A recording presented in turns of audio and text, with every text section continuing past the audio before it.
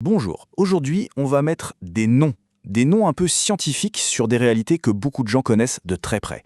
Des sensations, des manières de penser qu'on a vécues ou observées et qui prennent racine dans ce que les spécialistes appellent les expériences adverses précoces.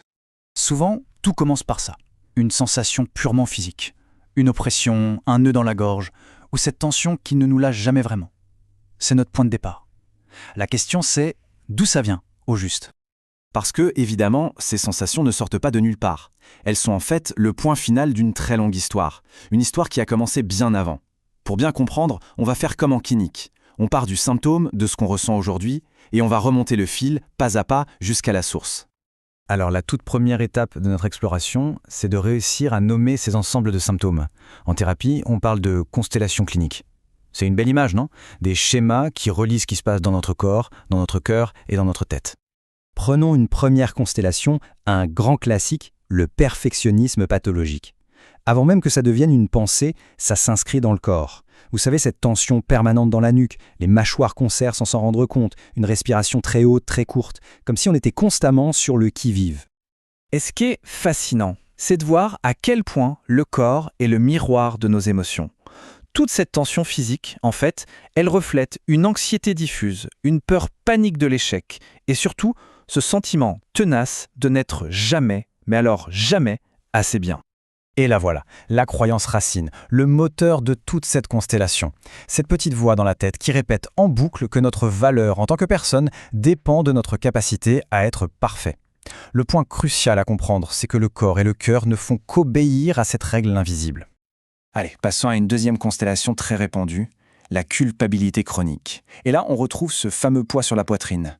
C'est une vraie sensation d'écrasement, comme si on portait un fardeau invisible en permanence. Le corps exprime littéralement le poids des responsabilités qu'on se met sur les épaules. Et ce poids physique, il est directement lié à une responsabilité émotionnelle complètement démesurée pour les autres. La souffrance de l'autre devient notre fardeau personnel. Et ça mène à un sentiment d'impuissance terrible, parce qu'on a l'impression de n'en faire jamais assez pour soulager tout le monde.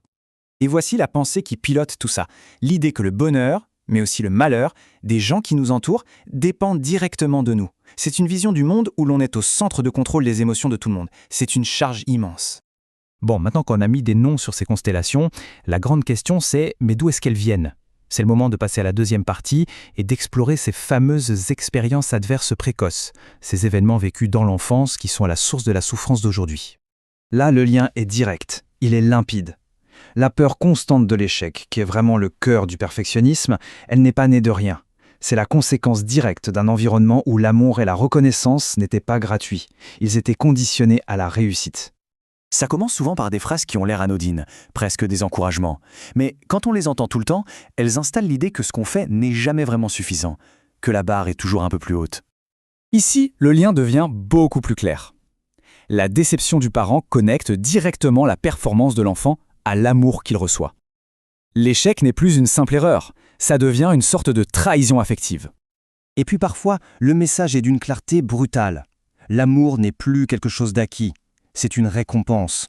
L'enfant apprend alors cette règle fondamentale. Pour mériter d'être aimé, il faut réussir, il faut être parfait. Point. Faisons maintenant le même exercice pour la culpabilité chronique. Ce sentiment écrasant, il vient du fait d'avoir été, enfant, désigné comme le responsable des états d'âme du parent. En gros, la tristesse, la colère ou l'anxiété du parent, c'était la faute de l'enfant. Ah, celle-là, c'est un grand classique. Une phrase qui installe une dette infinie, une dette qu'on ne pourra jamais rembourser. Elle sous-entend que l'enfant est redevable et que tout ce qui ne satisfait pas le parent est une forme d'ingratitude. Et ça génère une culpabilité énorme. Cette phrase est particulièrement puissante et redoutable. Elle déplace toute la responsabilité des actions du parent vers l'enfant. Ce n'est plus le parent qui est responsable de son comportement, c'est l'enfant qui en est la cause. C'est le mécanisme même de la culpabilisation. Maintenant, il faut prendre un peu de hauteur. On dézoome. Ces mécanismes ne naissent pas juste comme ça avec un parent. Ils sont bien souvent le dernier maillon d'une très très longue chaîne. C'est ce qu'on appelle le cycle de la transmission intergénérationnelle. Alors, comment ça marche ce cycle? Eh bien, tout part d'un parent qui a lui-même été un enfant traumatisé. Sa propre enveloppe psychique, ce qu'on appelle le moi-peau, a été endommagée. Ça crée un vide intérieur, une insécurité terrible. Pour ne pas s'effondrer, il développe une compensation, souvent une forme de narcissisme défensif. Et une fois devenu parent, il transmet, bien souvent sans le vouloir, sa propre blessure à son enfant. Mais, et c'est ça la très bonne nouvelle, ce cycle n'est pas une fatalité. Pas du tout. On peut rompre la chaîne. C'est un chemin, bien sûr, un chemin qui demande de comprendre, mais qui mène à la guérison. Alors là, attention, c'est un point absolument crucial. Comprendre le parcours de son parent, reconnaître qu'il a lui-même été un enfant blessé, ça n'est absolument pas la même chose qu'excuser le mal qui a été fait.